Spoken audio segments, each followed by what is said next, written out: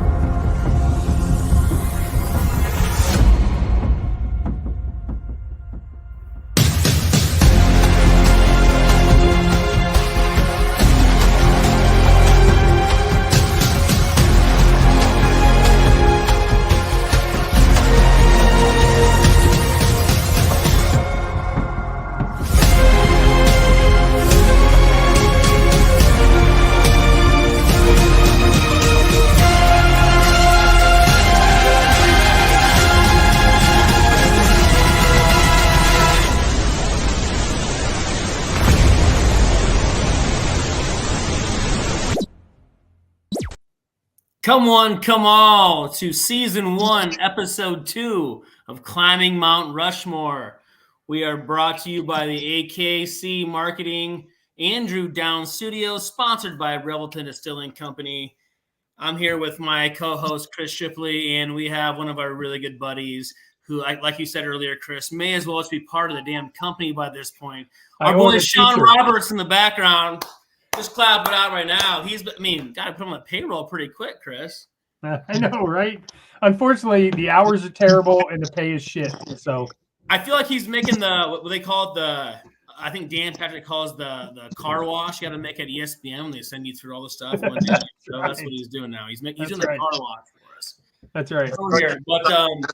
But Sean, when we first started this deal, we were you were our first guy we talked about. We knew you'd be our first guest, and we thank you for being here, buddy. Well, I appreciate that, boys. Looking forward to it. Yeah. So look, this is really fun. There's nothing controversial here except yelling at each other about the things you should yell about in this world right now. There's lots of things you can fight about. Fighting about stupid things like pizza chains, fictional baseball characters. Notre Dame football is what we should all be arguing about again, and that's why we're here. Yeah, I don't know how many people are going to want to argue about Notre Dame football outside of like me, but I'm all for it. So I promise you, I'm going to get you there before this episode's over. I promise you, I'm going to get you there. Let's go. Let's do it. All right. Well, with that said, we're going to start every show with doing what we do too. So I will recap we're going to start every show with our Iowa State Mount Rushmore. I'll recap mine real quick. Mine were Jack Trice, George Niang, Brock Purdy, and Jamie Pollard. And Chris, go ahead with your 4. Yep. Mine was also Jamie Pollard, Marcus Pfizer, Johnny Orr, and Troy Davis. You guys don't do Iowa? What, fair and balanced. What? We didn't go to Iowa. It's all about the guests, baby. We'll have enough. Hey, Andrew Downs will be on here soon enough for us to tear that apart. You guys got to learn, man. You got to do both. If you don't do both, you guys are, they're those Cyclone homers over there. We're starting every show this way, baby. So I do want to hear you. It's very interesting for you, especially you, Sean, because you didn't grow up giving a shit about Iowa State, especially. Probably not Iowa, but especially not Iowa State. So it's going to be really interesting to hear, because you're so engulfed in local media now, to hear, been 15 years now, probably for Iowa? Pretty close to 15 years now, right? Yeah, living full. I've been here since 2009, living here full time since 2012. So this is going to be a great perspective on what Iowa State Mount Rushmore means to you, because it's very different than people that grew up there their whole lives. So yeah, I'm actually very excited to hear his 4 and hear why. And in no particular order. There's no order on the Mount Rushmore here. It's going to be. Who's your first one, buddy? Let's just get it going. first one, Breece Hall. I love watching him play running back. There's something cool about watching a dude that can just dominate a game. And in any sport, but Breece Hall, man, when he gets cooking, it was fun. Especially, I mean, what he's doing with the Jets is great, but looking at the Iowa State career, he was so fun to watch and really to cover as well, just because he was that first. I mean, for me, he was that like almost first dominant player that I got to cover for Iowa State. Like he was the one that he was taking games over single-handedly. And that's why it's so fun to hear you say that, because the reason he didn't make mine, and for sure Chris, is because Troy Davis played here in the 90s where he was just insane. Yeah. So it was like, that's why, but again, this is why it's a great new perspective to have Sean on the show and hear him tell you why, because he is right. If you knew nothing else about, I mean, Iowa State wasn't any good until he got here, and Breece Hall is a huge, if not the reason why. I mean, look who's doing now in the NFL too. He might be the first running back taken, the first player taken in fantasy drafts this coming year. And it's an Iowa State player. It's pretty cool. And broke a collegiate record, a long-standing collegiate record. Yeah, for 100-yard games. Yep, it was insane. Yeah, he's the man. Second for me would be George Niang, who I've gotten to know really well over the last 8 years or so. He's such a good dude, and obviously take the personal side out of things here, but Niang and what he does for Iowa State, I mean, that's a dude that not only is he a great basketball player, he's a good person, and he comes back and is proud to be an Iowa State alumni, and is very braggadocious about that, and really I love dudes that play in the rivalry. He's a troll. I mean, he's a professional troll. He cares so much about Iowa State, and he keeps everything going. You're literally talking my language right now, because he is a professional troll, Sean. Yeah, he's amazing. I love dudes that embrace rivalries, right? And he embraced the Cy-Hawk rivalry and brought something different to it a little bit, and loves to just poke the bear when he can, and he still continues it. So that's really cool too, seeing what he's doing in the NBA, even though he plays for Cleveland now. I won't get into my hatred for the city of Cleveland, but but to see what Niang's doing now is really cool, and the fact that on the personal side of things, if Heather and I reach out to him or anything like that, he's like, if he can make it work, he comes on the show. I think Heather's going to be at his golf outing this week. So, and not to mention, the dude helped a proposal for our friend Pistol. Yes, he did. So I think Pistol tried about that wedding too. I mean, I think that's a little out there, but I forgot about that. Threw the Hail Mary up there, but yeah, he did. He goes, why not? I go, you're right, buddy. It's your weekend, man. The reason why you're completely right, though, Sean, too, is there's a lot of guys that are really good college players, and they stay involved with their college teams, maybe just even try to stay relevant a little bit. The dude's in year 10 of an NBA career. Yes. And he is still just as engaged as he was when he left Iowa State. I think that's what makes him different and so endearing to us, to the me and Chris's of the world. Well, and I think love him forever. I think the trash talk in the pros and whatever is pretty normal. It's pretty rare in college at the time that he was in, and he did not shy away from it when he was in college. Yeah. When they beat Iowa that time, and he made that comment about it always being a Cyclone State, and you could just see the dread on Coach Hoiberg's face, like, come on, George, like, please. Yeah. It's so great. Yeah. Which is what, so that's great. So I love that. And again, this is a different perspective. It's great to hear. So I love that. Who we got for the third one, Sean? Bill Fennelly. Okay. I mean, you want to got what has he been at 25 years now, and has sustained excellence. And I mean, recency bias also a little bit, because I mean, look what he did with that team last year. That was a team that wasn't supposed to do anything. Sustained excellence. I mean, he's been a model of consistency. Yeah, and again, see, part of this too, like I have some personal relationships with these guys, and Coach Fennelly is just such an incredible human being. Every time that I get to talk to him or anything like that, he'll send me a text as soon as he gets off the air. Thank you so much. Give Kaylee my best. Right? Like he's never even met my wife, but he cares. But what he's done at Iowa State, and when you can have that consistency, and that team, no matter what the roster is looking like, is going to be able to compete and hang in there. It's honestly a crime that he hasn't won Coach of the Year. I couldn't believe that when we were talking about it a few months ago. I was actually shocked by it because, I mean, 25 years and for what he's done there. Yeah. And Chris, I mean, I don't know how you feel, Chris, but, there was all that talk about maybe he lost his locker room with all those transfers last year. Right. That team, that early exit. Yeah. And for him to get this new group in and do what he did with no expectations, it was almost like a testament to him as a coach. So for me, that was like him reestablishing himself, like, hey, I'm still here, and maybe it wasn't a me thing. So I was really happy for him too on that. And on top of that, I think he knew what he had coming in, and maybe those girls knew what was coming in and was like, okay, we're not going to have a spot. And guess what? Hey, guess who did come back? Emily Ryan, that badass that she is. Because that girl does not get enough talk and run because, look, in the state of Iowa, there was kind of a basketball player the last couple of years who deservingly took up a lot of the airtime. But Emily Ryan and what she did through their turnarounds last year was incredible. And if Caitlin Clark didn't exist, like, her lore would be crazy because she was the glue last year with those young players. It was amazing. And I'm so glad she's back in for the run. So, Sean, I didn't even think about that name, but I'm so glad you said it. And this is why it's nice to have these different people on to give their perspective. I love that answer of Bill. And here's the last thing I'll say about Coach Fennelly. One of the things that I absolutely love about him is that he's a Cardinals fan and he craps on the Cubs whenever he can. So anyone that wants to crap on the Cubs, they're like almost an automatic Mount Rushmore. God, I'm so glad that we're friends, Sean, or I would kick you off right now. So Drew Shipley chimes in here. Sean gives 0 Fs about Iowa State. They don't play baseball. Our tribal chief don't mess around with non-baseball sports. That's pretty good. That's WWE, Teddy. This is WWE if you don't know.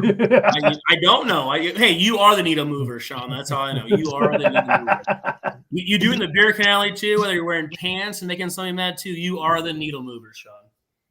No, I went to shorts this year because you did, buddy. All right, bud. Who's your fourth one? Seneca. Seneca Wallace, because and that's pre-you in Iowa too. So that's interesting to hear. That is pre-you in Des Moines. The first time I ever heard about Iowa State was because I wanted to play with Seneca Wallace in NCAA. That's right. And so I would play with Iowa State because they had Seneca. And then when he went into the NFL, I would always Hasselbeck sit your ass on the bench. Seneca's fast. You won the game. I would do the fantasy draft. Like when I would, so how many times Seneca Wallace played on the Giants back in Madden, strictly because I could have him as a quarterback because he was so much fun to play with. And then now again, getting to know him over the last few years. I mean, Teddy, you've done a show with him. He is such a cool dude. He's a guy that could easily just walk in and doesn't have to say anything and could totally be a jerk, and he would still be like, that's Seneca Wallace. That's not Seneca, man. He is such a down-to-earth dude. He's such a down. I mean, so we did for a couple of kids charities I've done this year too. I reached out. I'm like, hey man, and he signed football. Sent him. He's a very giving human being with his time, and especially, I sent stuff down. He sent it back. So he's a very it's very easy to cheer for him. I had to take it out so bad to put Purdy. Cause I don't know Brock Purdy, to put him over Seneca, because Seneca Wallace to me was being maybe a freshman in high school sitting in Ricky Luter's basement. They were on TNT playing Texas Tech when he had that run. I can walk you to his spot in the basement where I was at when he had the run side to side to side to do that too. And, we won 6 games. Between him doing that and the reach with Florida State, that put Iowa State football on the map. That was McCarney doing this thing too. He was before Todd Blythe making the catches, all that stuff too. He really did. I mean, don't get me wrong. Sage, won 9 games. That kind of came out of nowhere. That kind of set the stage for Seneca to come in and do it. And so these are great answers, Chris. Yeah, they're very different than ours. And I'm not going to fight. I said it's hard for me to fight anybody's answer on this. I never will. No, and it's funny because when we get to Notre Dame, I'll kind of be the same way. I stopped watching them after a certain time. Sure. So it'll be interesting to see what I come up with as opposed to what he does. Can I give an honorary Mount Rushmore for Iowa State? You can do whatever you want, Sean. I got to give a shout out to my insurance agent, Jace Holly. Oh, look at that. Cool. Hey, no free ads, Jay. Start advertising. Shout out, but no shout out. Jace Holly, baby. Holly. Two-time letter winner, Iowa State.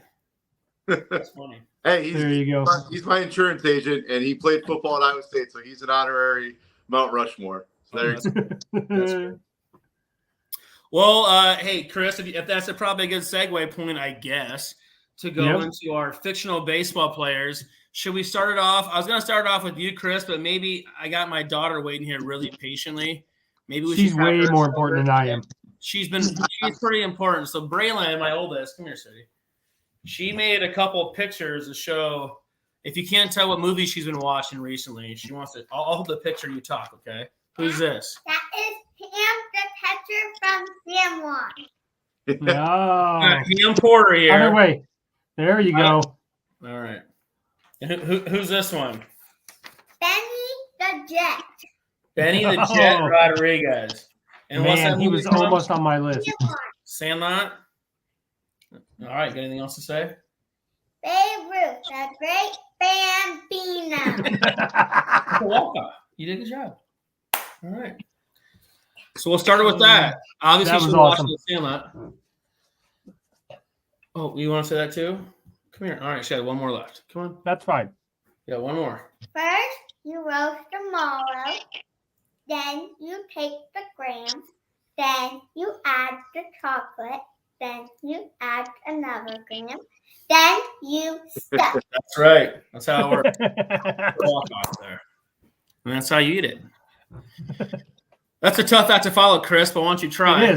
It is. My first pick for fictional baseball players is Nuke LaLoosh from Bull Durham. And only because after every time that Iowa State won a basketball game last year, I would send out the GIF of him climbing up into the bus and going, I love winning. It's like better than losing, you know? So, but I absolutely love, he like wears those garters and he breathes to his eyelids, all of it. It's so He good. was with prime Susan Sarandon. There was all kinds of stuff going on there. That's right. He portrayed a baseball player so well just from the superstition aspect of things.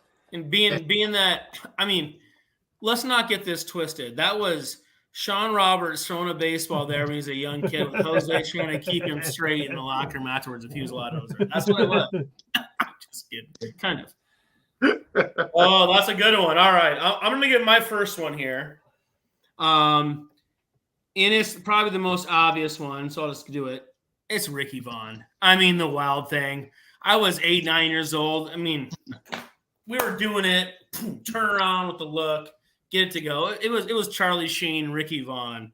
He was the man. Major League 1 and 2 were on. My dad loved the movies too, so they were always on. So Ricky Vaughn, and I don't think anybody's going to fight me on that one. He was a stud for fictional baseball characters. Yeah, not No argument. For me, I have Ray Liotta, Shoeless Joe Jackson. Okay. Obviously, there's numerous reasons why. You can throw in the White Sox aspect of things. You can throw in the Shoeless Joe Jackson side of things, and the whole Field of Dreams deal. But yeah, I thought he was great in that role, though. He played it great. So even though he batted from the wrong side of the plate in the movie, He did do that in the movie, though. Like, He you did come that on, from the wrong side of the plate, for the Sean. wrong, you on your Mount Rushmore of fictional baseball We're gonna let players, it go. and You he's know not why, even Chris? accurately portrayed. You know why, Chris? Because he wore a White Sox jersey. Yeah, I know why. Hey, at least he's honest. At least he's consistent. He's honest. Just saying. It's Also, the guy's not fictional. Yeah, but He's it's not one of- fictional. The guy's not fictional. Hey, It's one of actually, the- you know what? He was, Chris, because he was batting from the wrong side of the plate. He was a fictional character because I wasn't the real guy. And it's also like one of, if not the, like, depending on your takes, one of the best baseball movies ever, and stories too. Like, we don't need to. I'll start crying if we start talking about the Field of Dreams. But like, Okay. Ray Okay. Liotta did a great job outside of the whole hitting from the wrong side. Also, Shoeless Joe Jackson technically crashed that field. He was really being told that if he built it, his dad would come. Shoeless is the one that showed up and crashed the whole deal. It wasn't even about Shoeless Joe Jackson. He was just a bridge. He was a bridge. I'm just saying, and his dad was in a Yankees uniform, so technically that movie was about the Yankees. Oh, wow. Man, this might be a spin-off episode. Sorry, okay, I'll stop. All right, is it back to me? No, it's me. Back to Chris. Ricky Vaughn was on my list as well. If anything, because that movie is he's the best player in the movie. It was just so well done. His character was so well done. And the fact that he got on steroids and was throwing like he was clocking out 88 while he was throwing is hilariously awesome. Right. Oh, because the addict got addicted to something? Awesome. Right. Get it. It's fantastic. He was on steroids throwing 88 for a fucking movie. It was awesome. His line in the restaurant when he's like, I look like a banker in this thing, when he's wearing that sleeveless shirt. That was good. Wow, dang, you make my heart sing. All right, well, I'll stay in the same movie just to maybe put an end to it unless Sean has something to. Pedro Serrano was the man. I mean, come on. When you're a little kid watching movies, all little stuff, your marbles and the whole thing through it, doing stuff in the locker room and hitting it. I mean, Pedro Serrano was the man. He was the absolute man. To see him in Allstate commercials after that, too, it's just like, that's not you. You're supposed to be hitting home runs and fucking tongues. So. But why is Pedro? Pedro Serrano was awesome. Why is Pedro Serrano the president on 24? Yeah, what's going on? What is that? All right. Up next, Chet Steadman, rookie. Okay. Good pull. I loved his character. One more. Yeah, exactly. One. Oh, Drew Shipley. Sorry, I can't. Fuck you, Jabu. I'll do it myself. That's the line. Chet Steadman was my favorite character in Rookie of the Year, too. Even though it was a Cubs movie, you knew he wasn't going with Henry Rowengartner, who played for me like 3 times in the bars, by the way. The guy has a band. Thomas Ian Nichols is his name. I have his phone number in my phone. I swear to God, he's played for me 3 times in the band. He has a great band. It's kind of an indie band. Henry Rowengartner, if you wanted to play for your festival, call me. I got his number. He'll play. Pretty cheap. Yeah, I love Chet Steadman's character. As much as I watched that movie a lot as a kid, so I want to sit here and be like, oh, it was Cubs, I hate it, but I like the movie. Movie's good. But Chet Marv, my favorite character movie, though, actually is Marv getting stuck between the 2 hotel doors and not making it. I can't remember what his name is in the movie, but Marv from Home Alone is my favorite character in the movie. Daniel Stern's his real name. I don't know what his name is in the movie, but he's my favorite character in that movie. Gets stuck in the cage like, let's play some ball. Hot ice. You heat up the ice cubes. It's the best of both worlds. Oh, shit. Chris, we better keep it moving. Well, actually, Henry Rowengartner is on my list. I like it. That was good. That was really good. He's got the greatest changeup in baseball history. Float it. Just float it. Just float it. Just float it. In the floater pitch in Scuffy McGee. Weird enough. So my first movie I ever saw in theater was Lion King, and the next week I saw my second one. It was that movie, watching Henry Rowengartner throw a pitch. My second movie, I think I was in first grade when that came out. So, yeah. If we're doing first movies, I got a tease for later on in the show. Ooh. Oh, okay. Ooh. That later. We could definitely do that for the next show. You throw the tease out. I like that. Maybe we'll start doing that. We'll let the last guest pick a thing for the next deal. Pick a topic. Yeah. First movie deal. Sean can get into it. I like that. Sean, you started something. All right, it's to me. I'm gonna go as Braylon said earlier. Benny the Jet Rodriguez. If Benny the Jet isn't the most grown-up little kid you've ever seen, between him and that, and then somehow he's playing for the Mighty Ducks too, and that movie too is incredible. How good he was at hockey and baseball. But Benny the Jet Rodriguez was awesome. And then later in life, finding out that his older character in the movie, when he steals home at the end of the movie, is actually his older brother, his real life older brother. It's fantastic. Learned that like probably 5-6 years ago. But Benny the Jet Rodriguez, maybe if I had a number 1, it's probably him. Next for me is Ryan Dunn, Freddie Prinze Jr. and Summer Catch. Never seen it. Ooh, I could tell some sort. I watched about half that movie, and we'll leave it at that. That was amazing. Here's why I love that movie. Because when I started getting into that movie was about the same time that I was like getting into Hearing about girls, yeah. No, too. but like getting into like playing baseball seriously. Sure. And so you can't obviously the love story between him and Jennifer Lawrence, I think is who. No, not Jennifer Lawrence. Jessica Biel. Jessica Biel. Brittany Murphy's in the movie, but Jessica Biel makes a Mount Rushmore for me, by the way, too. I'm sure the players will go on. I love the theme. I love the theme of him going to play in the Cape Cod League and trying to get drafted and stuff. But I love that movie. It's to me, it's a very underrated baseball movie. But yeah, Ryan Dunn. I wish I would have seen it all. All right, Chris, your last one. If you're asking baseball again, I doubt you get Ryan Dunn ever again. That was actually pretty good. That was pretty good.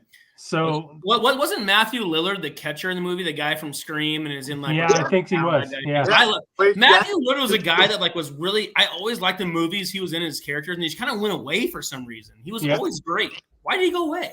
Billy Brubaker, man. He played. There you go, Billy. No, Billy Brubaker. No, that was Major League 2. Was that Major League 2? Okay. Yes, that was the catcher. Major League 2. Right. I was like, that was they not. Called him Rube. Rube. That was not his name. Because they called him Rube. Hey, he played. Yeah, Rube. He's got a head. He was naming all the Playboy. She's from here. Yes. She's an art major and throwing it back. Yeah. He was catching there. He was from USC. So. He definitely was a catcher, but it definitely was not Billy Brubaker. All right, Chris, your last one. Dottie Henson from League of Her Own. Ooh, that's a good one.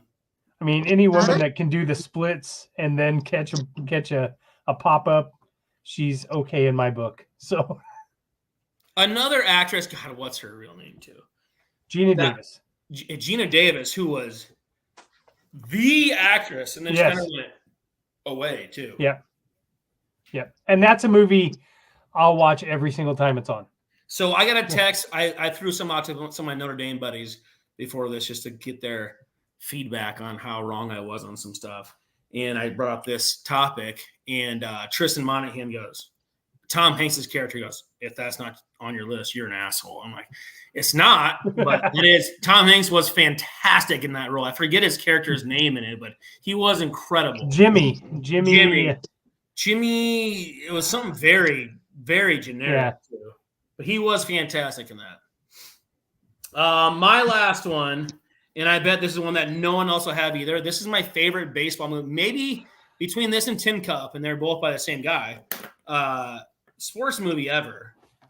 Billy Chappell in For the Love of the Game. He's the aging pitcher for the Detroit Tigers. It's a late 90s movie, and he's at his end. And the owner is going to sell the team, and he's got like one thing left to pitch. And he's at, and the Yankees, some big wigs are going to buy the team. They want him to stay and trade him to the Yankees. And this whole movie goes through him pitching through a whole game, but him going back through his life. I mean, it's a love story, the whole thing. You know, cutting his hand, should be with the girl, and he leaves, the whole thing. But it's a Kevin Costner love story. But that was, I don't know, I always loved that movie. And if that's on, I'd watch it. I had it on DVD, but Billy Chappell in For the Love of the Game. If you haven't seen it, Chris, it is Tin Cup is my favorite sports movie.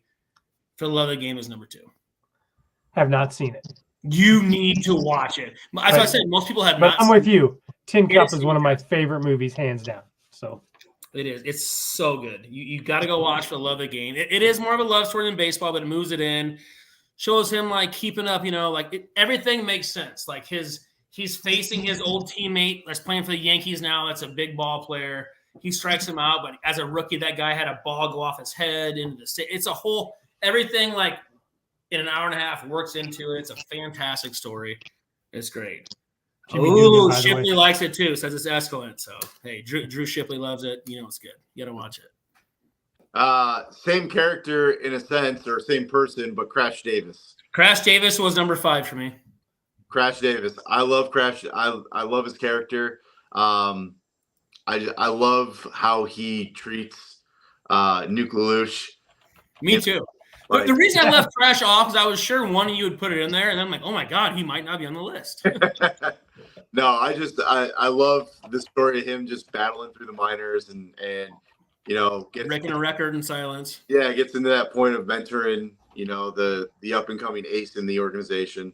But the character's great.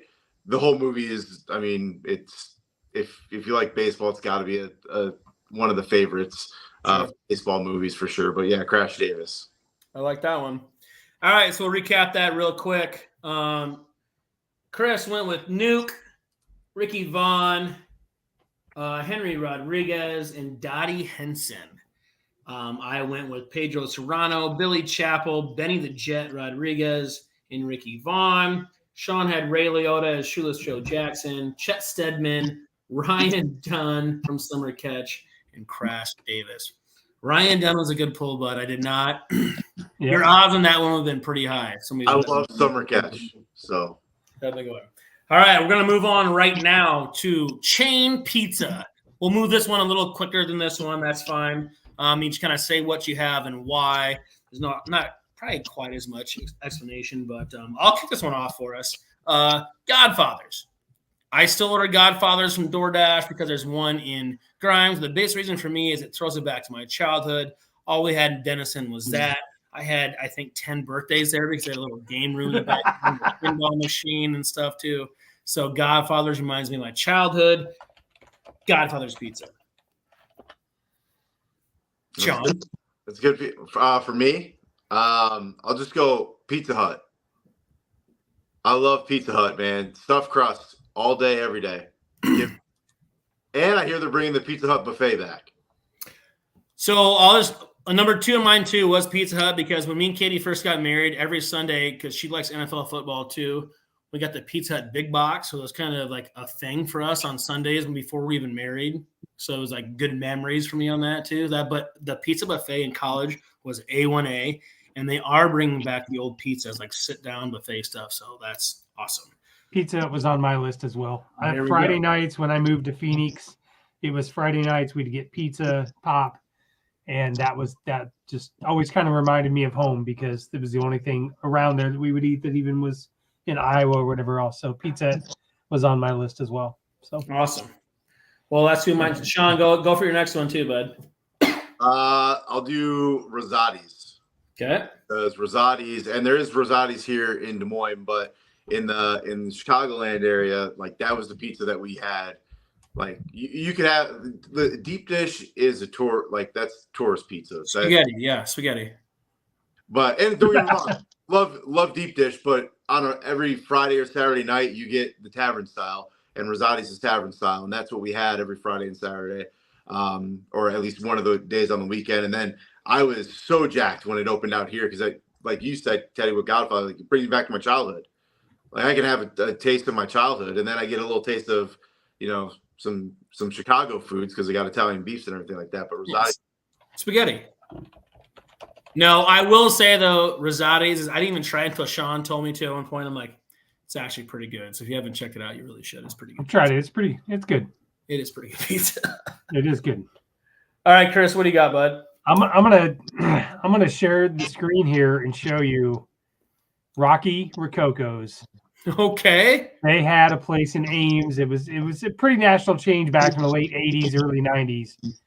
But this bad boy right here was my best friend. My freshman year of college, I would order so much Rocky Rococo's. That looks like almost like a Detroit style almost. Yeah. Dude, like look at the size of the meat that was on this pizza. They were gigantic slabs of beef at that point, it felt like. Rocky Rococo. Are they still in business? They have a few locations, nothing in Iowa, but man, it was so good. I loved it. Yep. Well, that brings me to that Detroit style. Dude, I love Little Caesars. There was a Kmart in Carroll, Iowa, and we would go in there to shop, whatever. They had they didn't have like a food court. All they had was this Little Caesars in Kmart. They had like buy the slice stuff, and it was awesome then. And then we had no money when I moved to Des Moines. It was like they had like a $5 for a pop, a side, and like a huge deep dish deal for. I'm like, what? At Little Caesars on the south side in Des Moines. Yes, over there by the video store. Little Caesars has my heart for that too, because I'm like, for $5 I can have like leftovers. Are you shitting me?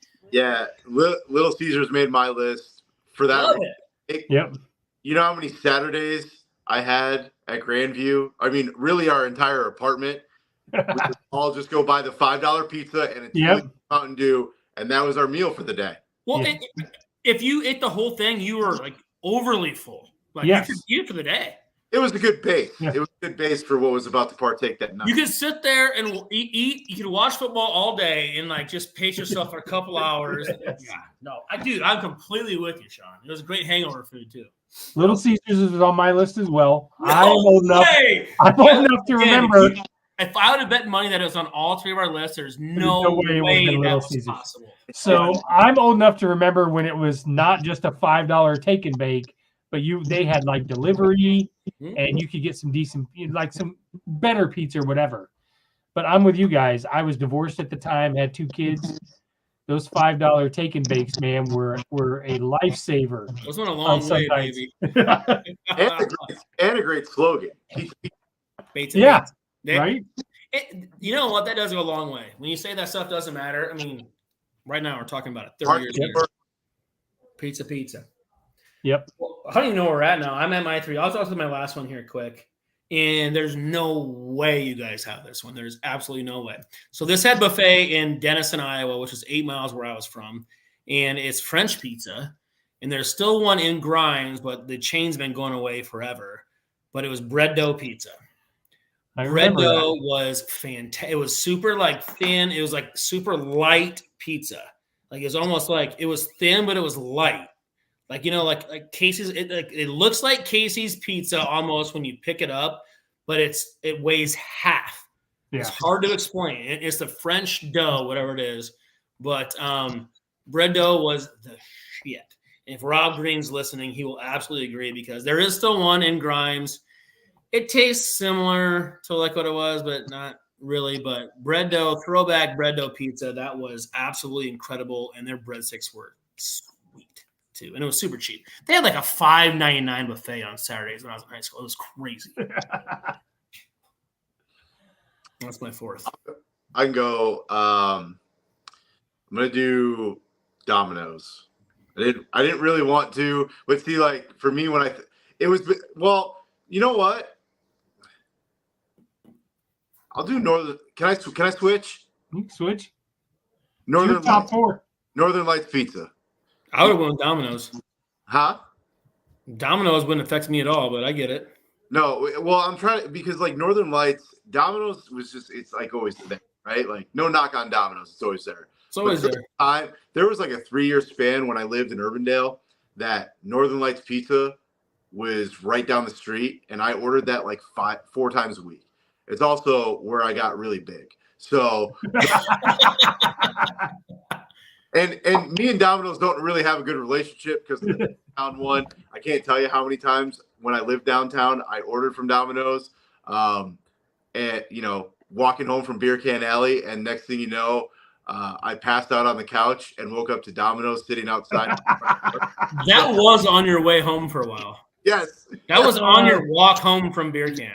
It absolutely, you had to pass that. That'd have been tough. That's fun. So, but Northern Lights, man, Northern Lights was good. What were they called? Like the I don't know, the worst pizza in Des Moines. Like, right? I'm not a big Northern Lights fan. I think it's unless they want to sponsor the show, come on. But man, I had Northern Lights sober one time, and I went, "Holy shit, is this Paul Revere's?" Oh, I had a lot of Paul Revere's when I was younger, but that doesn't count because it's not a national chain. There you go. So mine is Happy Joe's. Happy Joe. Happy Joe's Pizza. You could go in there, you could have a birthday party, get some serious ice cream. And I believe Happy Joe's was the first inventor of taco pizza. Okay. So I think I had it. I think it was still here right when I moved. I'm pretty sure I had it one time. I've heard everybody talk about it like forever. And I think I had it one time, but people talk about Happy Joe's like emphatically. I think Keith Murphy is like a huge, huge supporter of that. Yeah. They had one on the south side that was probably 10 minutes from my house. Drew Shipley needs slapped for this comment. Pizza Ranch. Pizza Ranch. So I had to take my kids here a lot recently because they have a huge arcade. Change your name to Buffet with Pizza and Games. Yes. Pizza is shit. Your chicken's fine. You have like ice cream. It's a lot of stuff but your pizza is horrible. Give me the worst frozen pizza possible and it's better. And then he said Paul Revere's. Could Chuck E. Cheese, could that have counted? That one counted. Sure. It's terrible pizza. $5 pizza and a 20. Yeah, we went there in college one time thinking it'd be cheap. We ordered 2 large pizzas and 2 pitchers of beer, and it was like $140. Jeez. What are we doing here? This is not for us. Great entertainment. Great entertainment. You know they're retiring the animatronics there? I heard that, actually. They're the same ones from 1970. Dude, if you're an Always Sunny fan, they basically made an episode about this about 3 seasons ago, but they called it something different where they retired the people because of like, you know, they can't do the stuff they used to. It's hilarious. Go look up the Always Sunny. They burned the place down is what ended up happening. Long story short. They were so mad. They were so mad about how it went. But all right, let's run through this quick. I had Godfather's, Pizza Hut, Bread Dough, and Little Caesars. Sean had Pizza Hut, Rosati's, Little Caesars, and Northern Lights after crossing out Domino's. And Chris had Pizza Hut, Rocky Rococo. Did I get that right? Rocky Rococo. Yep. All right. Little Caesars and Happy Joe's. All of us having Little Caesars is for the win. Ding, ding, Little Caesars. Good job. All right. For the main event, Notre Dame football. And whatever that means to you, that's what it means. Notre Dame football for our esteemed guest, Sean Roberts here. Sean, you obviously have to start us off here. I'm sure Chris and I won't have much explanation after we give ours, so why don't you start? I'll just get number 1 for me, Brady Quinn. Jesus. What?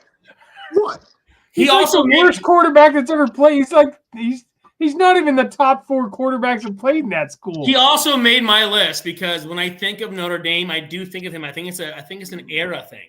Okay. I think it's an era thing. So, all that comes to my brain. So Brady Quinn for me, because I loved the way he played quarterback, and I wore number 10 in high school. And you wanted to look like him, bench like him. He's a good-looking dude. He was AJ Hawk's sister like him. No.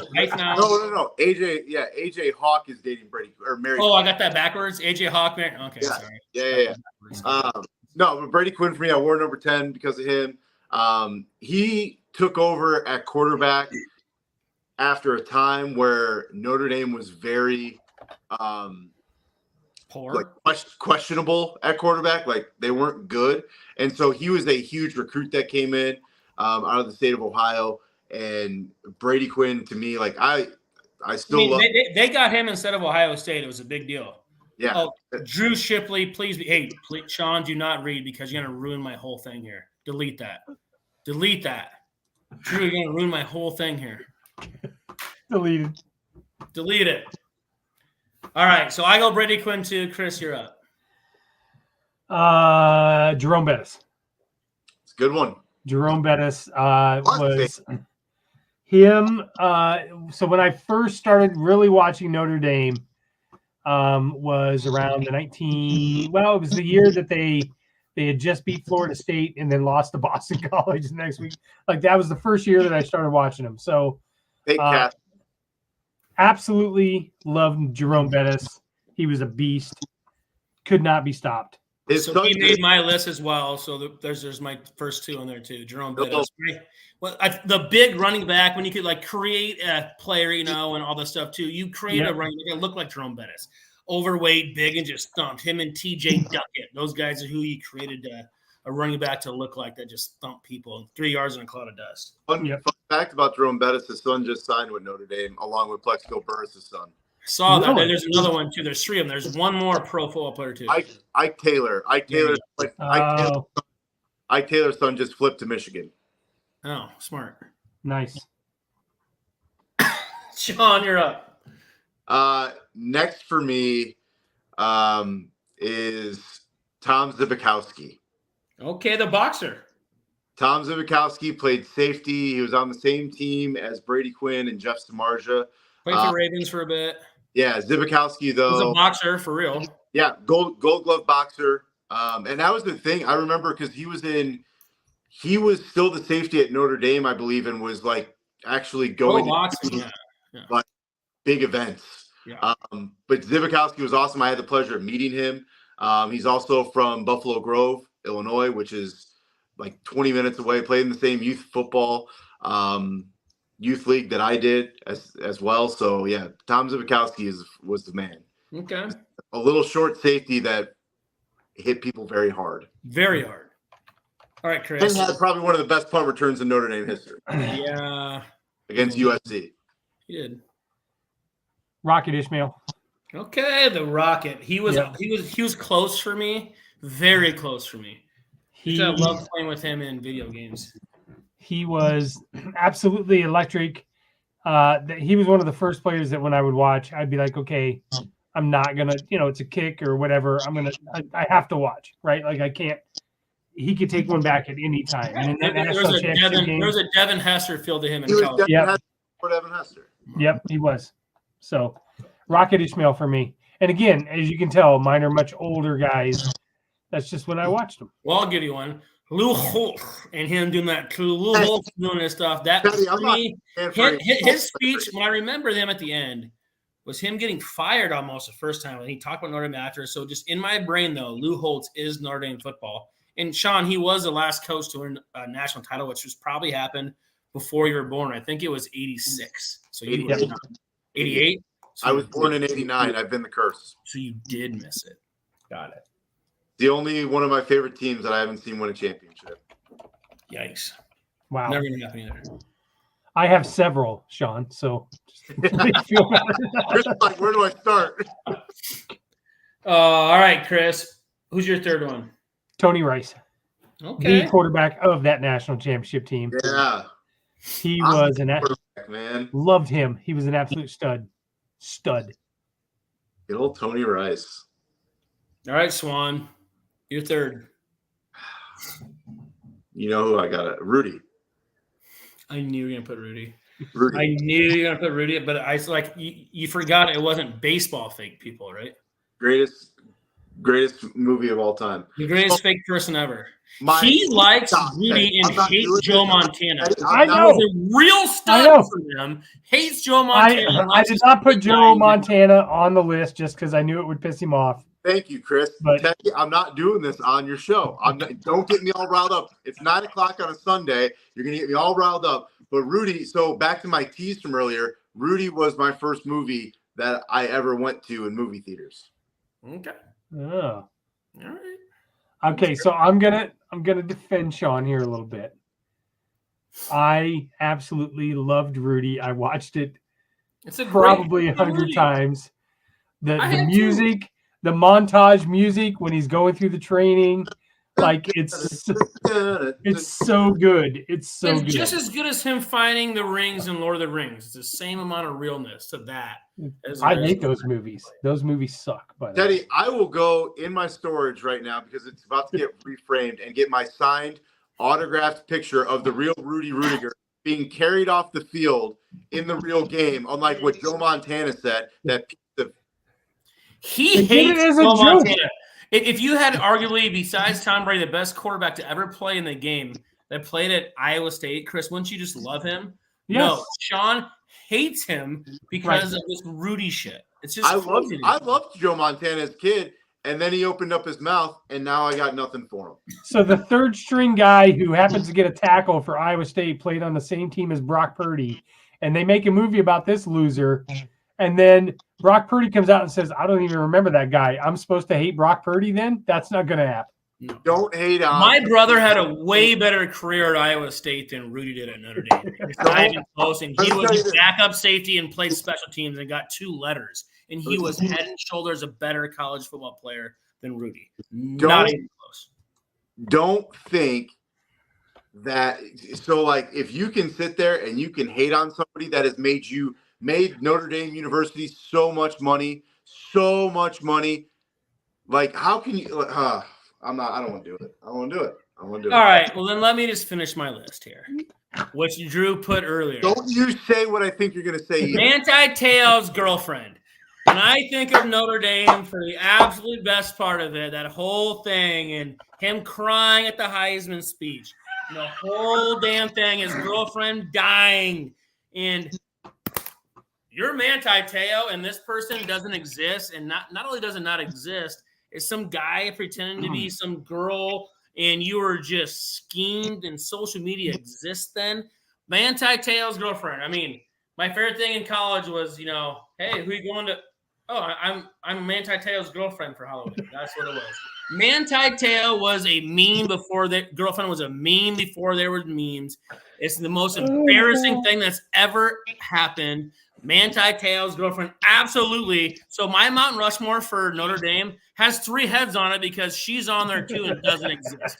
There's only 3 heads on the deal for Notre Dame. And when somebody asks, where's the 4th? It's Manti Te'o's girlfriend. That's what it is. I feel good about yourself. Did you not? I do, Betty. I do. The documentary on Netflix and feel bad for the guy? It also derailed the national championship game. Should have been there. Yeah, Alabama didn't have anything to do with Alabama didn't care. They didn't care. I think his girlfriend was playing defense for you guys that day too, because there was a lot of whiffs going on. Yeah. That was a bad game. Yeah, but you have to say though, Sean, taking all the joking aside, like pre-serious social media, it was still pretty new-ish then. This is Johnny Manziel hitting as a freshman, and he wasn't Johnny Football yet. He was still like Jonathan Manziel, just like he came on super late. I mean, a linebacker from Notre Dame almost won the freaking Heisman. Because he was. He was, but he was the best player on a team that wasn't flashy, that was making a national title game. And that's back when Alabama played not flashy football either. So he was the best story. Why was he the best story? This was part of his reason for ascending into that, because his story was something that would sell, but his story was incomplete. Teddy, I'll tell you this. I don't care if another team has to make up the death of an ex-girlfriend. If it leads your team and inspires your fan base to a national championship, one of was the greatest season I've ever experienced as a Notre Dame fan. Oh my God! I'll take it. Like, if Iowa State, if someone fakes a girlfriend's death this season and we find out about it, but Iowa State's in the college football playoff, are people going to be upset about it? No. But hear me out. So I will say this: watching his documentary, I felt so much sadness and compassion and stuff towards him. It was a full circle career on how much that he just did not have a chance to make it in the NFL. He fell to the second round. That dude was a top 10 pick, but he lost his edge. He lost everything that it was to be there. Like, I've never felt so much. Look, will we ever fully know what he absolutely knew or not? No, we'll never really know. But I genuinely feel sorry for it. If all that happened and is true, and he just got duped because he was this good guy that had this, goodness, man. I literally changed my stance. I think it was a Netflix thing, right, too? Like, I left it. Oh, man, this guy. It was, I'm like, you should have done this documentary a year after it happened. But I get it. He was trying to put it away. Try being in a locker room with grown men that make fun of him. Man. We've been in sport locker rooms before. You need 1/100th of that to get your GOAT ring for something, too. Yeah. Try coming in as a rookie who was going to get ragged and was a little jealous of anyway, and then you have that under you. Ugh. Don't feel sorry for him, but his girlfriend definitely does make my Mount Rushmore, and by making Mount Rushmore means there's nobody there. So there's only 3 heads on my Notre Dame Mount Rushmore. Chris, who is your 4th? Ron Powlus. Yes. I don't know who this is. Shut up. Yes, you do. Ron Powlus. He had no business. He had no business running the option, but that dude ran the option as best as he could for broke his clavicle. Yes, he was. I have no idea who this is. So when he was a freshman quarterback, started for Notre Dame as a freshman for Lou Holtz.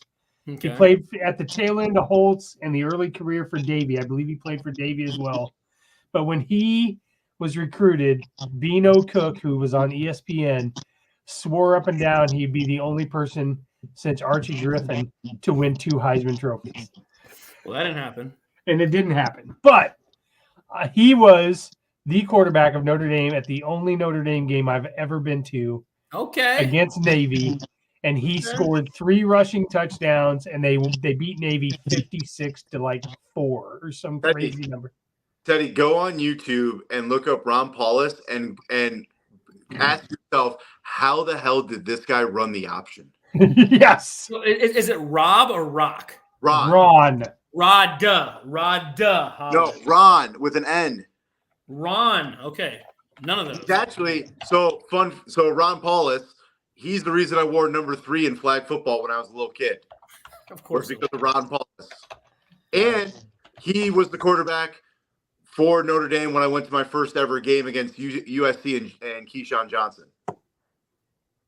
Okay. Well, all right. Ron Paulus, baby. All right. Well, Sean. No, Ron Paulus didn't make my Mount Rushmore because Manti Te'o did, you jerk. And Manti Te'o at that season, you gotta understand, like Notre Dame was such a laughing stock at that point, like badly. And when that season happened, and Manti Te'o's story happens, I think a couple games into the season, and there was just like this weird inspired season that obviously comes from it, but it was the funnest. He was the leader on the funnest team that I've ever had the pleasure of watching. And obviously, I know we just talked about his story and we laughed about it and stuff, but that team, I had a Manti Te'o t-shirt jersey. I didn't even know they made college t-shirt jerseys until I walked into, it was a store in Illinois, a sports store, and they had them, and it was by Adidas. It was like official. Knowing what you know now, though, too, this all like happened between was it right before the Heisman or right at hours before the Heisman and definitely before that last game. Yeah, so nice. I mean, try being a college kid with that, hanging like, oh my God, like, is this coming out? Think about the anxiety he was going through. Yeah, and then it comes out in the media a few days before the actual national championship game. Yes.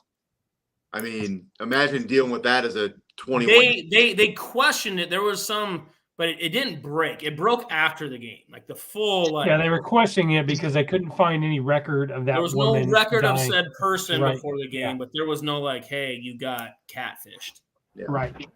But he would put a name to catfish and kind of sprung them. Made that series. He was awesome when he played. When he got recruited and he signed, that was a big get for Notre Dame when he came there. So, but Manti Te'o, I love that dude. Still do. You got Manti Te'o. I got Manti Te'o's girlfriend. You got Rudy. We both got 2 imaginary people on our rosters. So that's good. The real Rudy he's a real thing, Teddy. He's a criminal. But recorded 1 tackle. What does Barry Monahan have to say about this? All right, that's a good question. We should get Barry is who we should ask about that. He is the gatekeeper for all things Notre Dame. I talked Notre Dame football with him last weekend. It was a pleasure. That's what he likes. Barry Monahan is the man. Well, we're running a little late here too, so I'll wrap it up quick. And then we'll make sure we run an ad here at the end too, Chris. But it's always fun talking with Sean. We get caught up in there. He's an easy guy to jab. So, but I had Jerome Bettis, Brady Quinn, Lou Holtz, Manti Te'o's girlfriend. Chris had Brady Quinn. No, sorry, Sean had Brady Quinn, Tom Zbikowski, Rudy, and Manti Te'o. And Chris had Jerome Bettis, Rocket Ishmael, Tony Rice, and I think Ron Paulus. Is that his name? That's correct. Paulus. I'm shocked that Teddy does not know who that is. I don't. And I'm actually pretty shocked that I don't either. That's how much he probably doesn't matter about anything.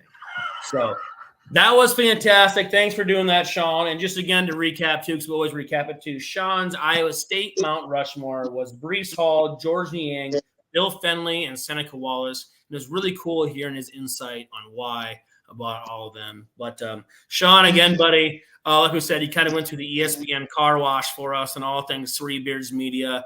I know I speak for Chris when I say thank you for making time for us all the time for different stuff.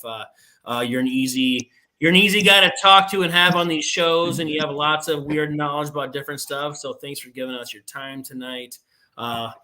What else you got to add, Chris? And we'll get out of here because I know we run a little longer than we like to, but it's Sean. We get talking. That's right. Nope.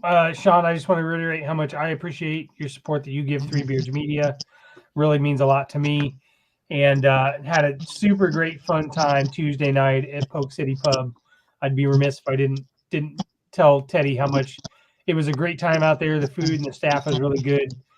So I invite everybody to go check out Polk City Pub as well. Tiny enjoyed having you. He said to say what's up to Sean tonight again, too. And I said you were coming on the show. But, yeah, hey, come out and try the grinder. Definitely do that. But thanks again to our broadcasting partners, Andrew Downs with AKC Marketing. And, as always, Rebel Tennis Towing Company, how great they are. From all of us at Three Beards Media, especially our fearless leader, Chris. Thanks again for coming on, Sean. And we'll see you next time on Climbing Mount Rushmore. Peace.